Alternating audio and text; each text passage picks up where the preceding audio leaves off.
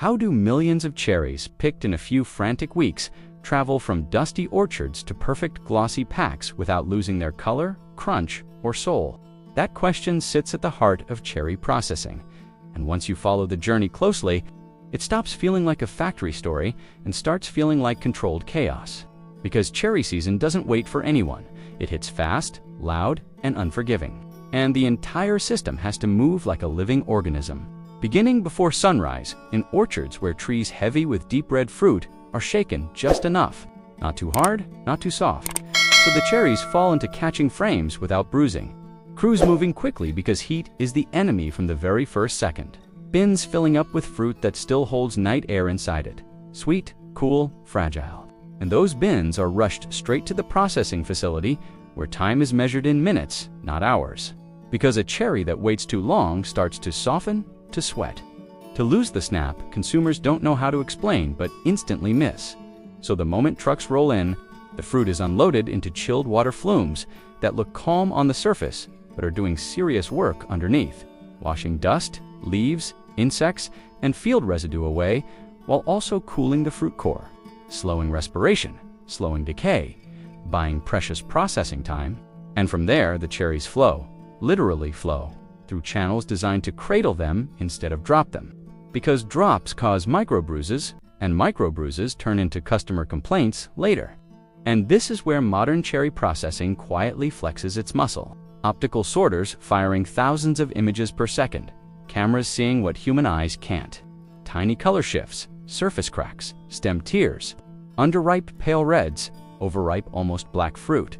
And in milliseconds, air jets push imperfect cherries into separate streams, not waste, just different destinations. Maybe juicing, maybe freezing, maybe drying.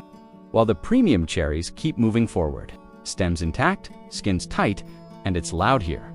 Water rushing, belts humming, machines clicking. But there's also this strange calm, because everything has been tuned for a few intense weeks of the year. Calibrated, tested, stressed on purpose, knowing that when the harvest peaks, there's no pause button, and after sorting comes sizing. Because cherries aren't sold as good or bad, they're sold by diameter. Millimeters matter, larger cherries commanding higher prices, smaller ones finding different markets.